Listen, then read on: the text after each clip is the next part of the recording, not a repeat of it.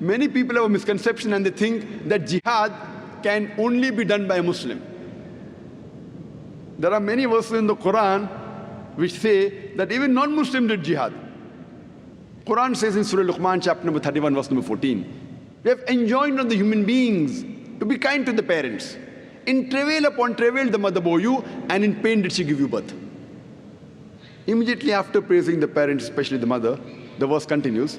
Surah Luqman, chapter 31, verse number 15 says that, but if your parents do jihad, strive and struggle to make you worship somebody else besides Allah subhanahu wa ta'ala, besides Almighty God, of whom you have no knowledge, then don't obey them. But yet, live with them with love and companionship. Here the Quran is talking about non-Muslim parents doing jihad, striving and struggling to make their children do shirk, worship somebody else besides Allah. A similar message is given in Surah Ankabut, chapter number 29, verse number 8, that we have enjoined on the human beings to be kind to the parents. But if their parents do jihad, they strive and struggle to make you worship somebody else besides Allah subhanahu wa ta'ala, besides Almighty God, then don't obey them. So here the Quran is talking about non-Muslim parents doing jihad.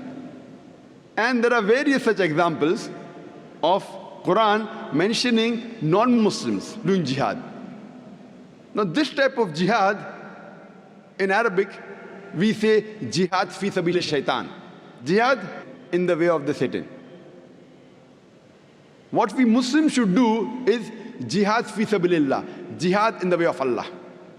And whenever the word is mentioned individually about jihad, in the Islamic context, it is understood it is jihad fi sabilillah.